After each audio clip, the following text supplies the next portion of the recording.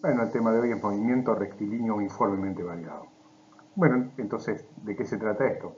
El movimiento, o sea, hay un móvil, por lo tanto, que se desplaza, cambia su posición en el tiempo, pero según una recta. O sea, se mueve en una recta, ¿no? O sea, eso es lo primero que debemos interpretar de aquí, ¿no? Abreviadamente lo llamaremos MRV. Cuando digamos MRV estamos hablando de un movimiento rectilíneo, pero uniformemente variado. Antes con MRU decíamos un movimiento también rectilíneo, pero uniforme. ¿Qué era el uniforme del MRU? Que cambiaba, recorría espacios iguales en tiempos iguales. ¿Está bien? O sea, tenía una velocidad constante. Además era una recta, así que siempre el mismo vector. Bueno, en cambio en este movimiento hay algo que varía uniformemente, tenemos que decir qué es lo que varía uniformemente, ¿no? Vamos a ver. Bueno, allí tenemos un trozo de la recta donde ya hemos puesto sobre ella el eje, nuestro eje X, ¿no? Y hemos expresado hacia dónde está el sentido positivo, que es el que indica la flecha. Faltará después poner algún cero en algún lado y del otro lado será el sentido contrario negativo, ¿verdad? Lo hemos llamado X. Esto por todo lo que explicamos en MRU. Si el movimiento va a ser según una recta, ¿para qué lo vamos a describir con tres coordenadas, o sea, con los tres ejes? Si con uno solo va a ser todo mucho más sencilla la vida. Bueno, esa es la recta que describe el movimiento y está superpuesto, bueno, la recta no está dibujada, está en esa dirección, ¿verdad? Y sobre ella hemos puesto el eje X, parte de él también. Bueno, allí tenemos la posición en algún instante de tiempo y luego, en un instante t sub 2, obviamente posterior, se encuentra en otra posición p sub 2, ¿verdad? Bien. ¿Qué es lo uniformemente variado? Lo que varía uniformemente en este movimiento es la velocidad. La velocidad cambia uniformemente en el tiempo. Quiere decir que por unidad de tiempo la variación de velocidad siempre es la misma. O sea, si yo tengo una velocidad de 10 metros por segundo en el punto 1 y 2 segundos después tiene una velocidad de 20 metros por segundo, bueno, ese rate se va a conservar en los segundos siguientes, o sea, en todo el resto del movimiento. De la misma manera que habíamos estudiado la variación uniforme del espacio en el tiempo, ¿no? Bueno, es decir, la velocidad, que es un vector, siempre recordemos que es un vector, cambia uniformemente en el tiempo. Cambia uniformemente en el tiempo. Los delta V respecto a delta T son siempre los mismos. O sea, eso va a ser constante. En MRU ya habíamos definido la velocidad media entre ambos instantes, entre cualquier par de instantes, y no le poníamos ya ningún subíndice m porque los delta x variaban uniformemente en el tiempo, así que el cociente entre el vector delta r y delta t era siempre el mismo, ¿verdad? Y además, si llevábamos el eje de movimiento, el eje X, a coincidir con la recta de movimiento, podíamos llamarlo delta r al cambio de posición, del vector posición, o delta x sencillamente, porque era la componente x la única que tiene, está en la dirección x. O sea, delta x sobre delta t, eso será la componente de la velocidad en x, tendrá algún signo. Depende si se está moviéndose en ese momento hacia el sentido positivo o el contrario, ¿verdad? El inversor. En cambio aquí el móvil no recorre espacios iguales en tiempos iguales. Cambia la velocidad entonces, cambia la velocidad. Esto quiere decir que la ecuación para MRU, que escribía el cambio de posición en función del tiempo, no nos sirve, no nos sirve. No contemplaba este problema. Y la segunda era que la velocidad era constante, no es constante. Bueno, necesitamos dos ecuaciones, una que describa la posición en función del tiempo y otra la velocidad en función del tiempo, cómo cambia en el tiempo, ¿verdad? Bueno, allí está expresado, bueno, está dibujado el vector B sub 1, supongamos que ese es el vector velocidad en el instante B sub 1, allí tiene esa velocidad, veremos qué significa que tenga esa velocidad en el punto P sub 1. Supongamos que medimos la velocidad y es esa. Y en el punto siguiente tiene esta otra velocidad. Bueno, yo no sabía cómo dibujarla, digamos, entonces lo que tienen que hacer uno, ustedes también, es dibujarlo de alguna manera y allí vemos, procedemos. O sea, yo no sé si no es constante, pero está aumentando el módulo, está bajando el módulo, ahí están las dos posibilidades, ¿verdad? Y si sabemos que no es constante, así que igual no va a ser, como en el caso del MRU, pero puede aumentar el tamaño o bajar. Bueno, yo he escogido una de las dos variantes, que es que en este dibujo, en el siguiente puedo hacer lo contrario, que la velocidad ha bajado intensidad en su módulo, o sea un vector más cortito. pero no en la dirección, porque es un movimiento rectilíneo. Es un movimiento rectilíneo. Bueno, una idea para ver qué pasa, cómo cambia, es lo mismo que hicimos en el cambio del espacio en función del tiempo, cuando definíamos la velocidad media. Es ver si esta velocidad cambiaba la posición. Bueno, veíamos un delta X cada vez más chico, un delta R cada vez más chico. Bueno, ahora queremos ver un cambio en la velocidad. El cambio en la velocidad, vector B, es delta B, es el cambio en la velocidad. Entonces, una idea es tomar el segundo punto lo más próximo posible al primero y entonces allí veremos cada vez, le adjudicaremos esta velocidad, esta magnitud, al punto inicial, ¿verdad? Entonces, bueno, allí está de nuevo el dibujo anterior, un zoom, supongamos que hicimos, está el punto P en algún instante de tiempo y obviamente después está en el punto P', allí el grisecito, ¿no?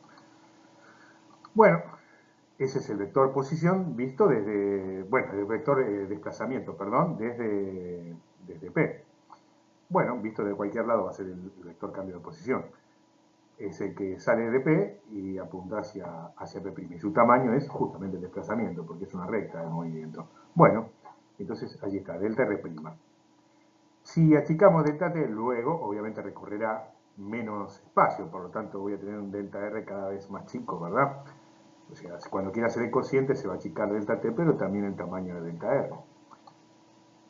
Allí hemos tomado un P segunda, más cercano a P, y entonces allí tenemos delta R segunda, o sea, el delta T ha sido menor, el punto P segunda se encuentra más próximo a P, pero también ha descendido el tamaño del vector, delta R segunda, ha recorrido menos espacio. Y eso sí, a medida que me aproximo, dejo pasar cada vez menos tiempo, un delta T tercera, el vector, el punto P tercera está más próximo a una P, y bueno, y allí tengo el desplazamiento que también es más pequeño, delta R tercero, ¿verdad? Se supone que esto lo hago ad infinitum y me aproximo a lo que se llama a un punto infinitesimalmente próximo a P. Muy próximo, o sea, con un delta R, delta X tendiendo a cero de tamaño, ¿no?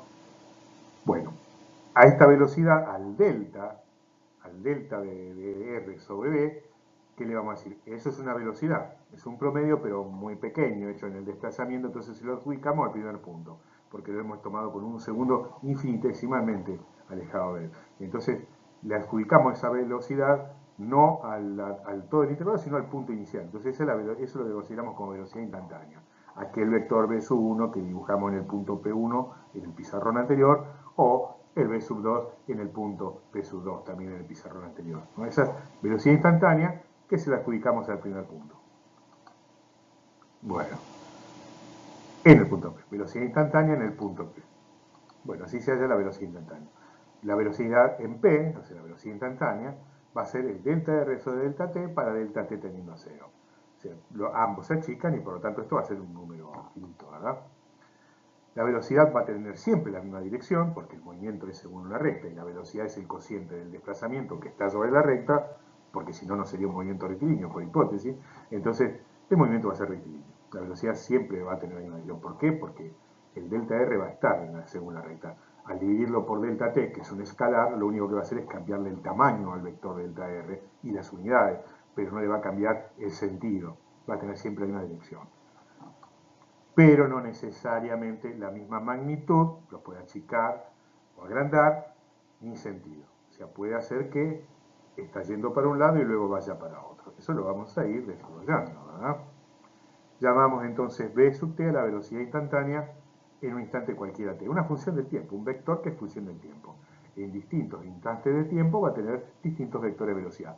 Pero como está en un movimiento rectilíneo, siempre va a estar según la recta de movimiento. Volvemos a dibujar, limpiamos todo el pizarrón anterior y entonces allí tenemos el primer punto con su velocidad instantánea y el segundo punto con su velocidad instantánea.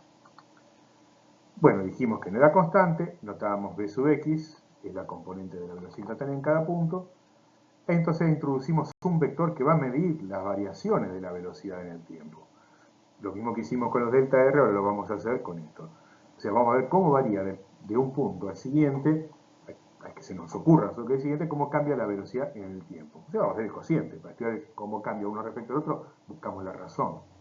Bueno, y lo vamos a llamar aceleración. Introducimos un nuevo vector que va a ser el cambio de velocidad en el tiempo. Tenlo allí. La aceleración media. ¿Por qué? Porque estamos tomando dos puntos que están separados a alguna distancia, en el espacio y en el tiempo, y bueno, allí está. La velocidad en el instante posterior menos la velocidad anterior, eso me da el delta v, la variación de la velocidad, entre 1 y 2. Y abajo allí está la resta de los tiempos. El posterior menos el anterior, obviamente siempre es un escalar positivo. De nuevo, el cociente aquí pasa algo similar que con los delta R, cambia el tamaño de delta V, pero no le cambia el sentido, le cambia también las unidades.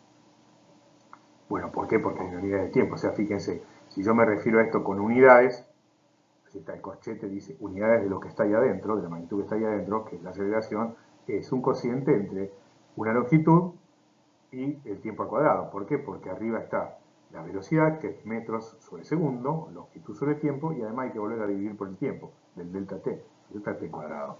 Las unidades son, entonces, por ejemplo, metros por segundo al cuadrado en el MKS, sistema MKS.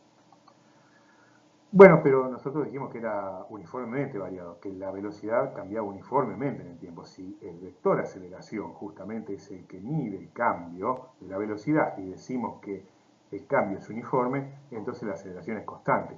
Pasa algo similar a la velocidad en MRU, que la variación uniforme era del desplazamiento. Definíamos la velocidad y allí era constante. Aquí introducimos un vector que es la aceleración, que mide el delta v y decimos que varía uniformemente, por lo tanto es un vector constante. Es un vector constante. La componente vale siempre lo mismo y apunta para el mismo lado. Es un vector constante. Lo llamamos A directamente. Bueno, este es el movimiento justamente bautizado movimiento rectilíneo uniformemente variado. Según una recta, y el vector aceleración, que es el que mide el cambio de velocidad, es constante en el tiempo. Si vale 8 metros por segundo al cuadrado, siempre vale 8 metros por segundo al cuadrado. Veremos de qué se trata. O sea, lo que vamos a ver nosotros de aquí en adelante es predecir el movimiento de un movimiento rectilíneo, pero no cualquiera. Uno en el que la velocidad cambia, pero de modo uniforme. Solo si la aceleración es constante van a tener validez las ecuaciones de movimiento a las que lleguemos. Si no es constante la aceleración, entonces hay otra teoría al respecto, que se ve en la próxima materia. Bueno, allí está otra nomenclatura, digamos, el delta V para ir de 1 a 2, es la velocidad en el instante 2, y versor, esa es B de t sub 2 es la componente en X de la velocidad en el segundo instante, en el instante posterior. Tiene un tamaño y un signo. Si el dibujo fuera el que allí estamos viendo, ese signo es positivo, pues está en el sentido positivo del eje X, ¿no? Y lo mismo le pasa a B sub 1 y listo. Fíjense que tienen el mismo signo, pero el tamaño de B sub, en este caso positivo, pero el tamaño de B de t sub 1 es más pequeño que el de B de t sub 2. Por lo tanto, cuando haga la resta, que está al final entre paréntesis de B sub 2 menos B sub 1, va a ser un número positivo estrictamente. Entonces, el vector aceleración va a estar apuntando en el sentido positivo del eje X, ¿no? Eso que decimos así, A está en la dirección de inversor, porque ambos vectores que se restan están en esa dirección, y bueno, vamos a indicar el vector aceleración. Allí está. ¿Por qué? Porque el tamaño de B sub 2 es superior al de B sub 1 y están con el mismo signo, hacia el mismo lado. Bien ahí. Ahora dije, bueno, yo hice esa elección para poder hacer algo, pero podría haber bien pasado que la velocidad en 2 fuera inferior a la de B sub 1, ¿no? Inclusive que estuviera al revés, pero en sentido contrario, quiero decir. Este sería el dibujo, por ejemplo. Este es otro caso que no lo quiero dejar pasar. Podría haber sido que en 2 el tamaño de la velocidad, bueno, que la velocidad fuera positiva, la componente X fuera positiva, igual que B sub 1, pero de menor tamaño. Luego, en la ecuación de arriba, el paréntesis que dice B sub 2 menos B sub 1, inversor, eso hubiera sido un número negativo. Si hubiera tenido un tamaño, pero negativo. ¿Qué quiere decir que la componente es negativa? Que va en el sentido contrario, el vector va en el sentido contrario a supuesto positivo. Supuesto positivo, la flechita azul, entonces el vector aceleración no va como está allá arriba, sino en sentido contrario. Ahí está dibujado. Eso es lo que pasa. Es la otra posibilidad.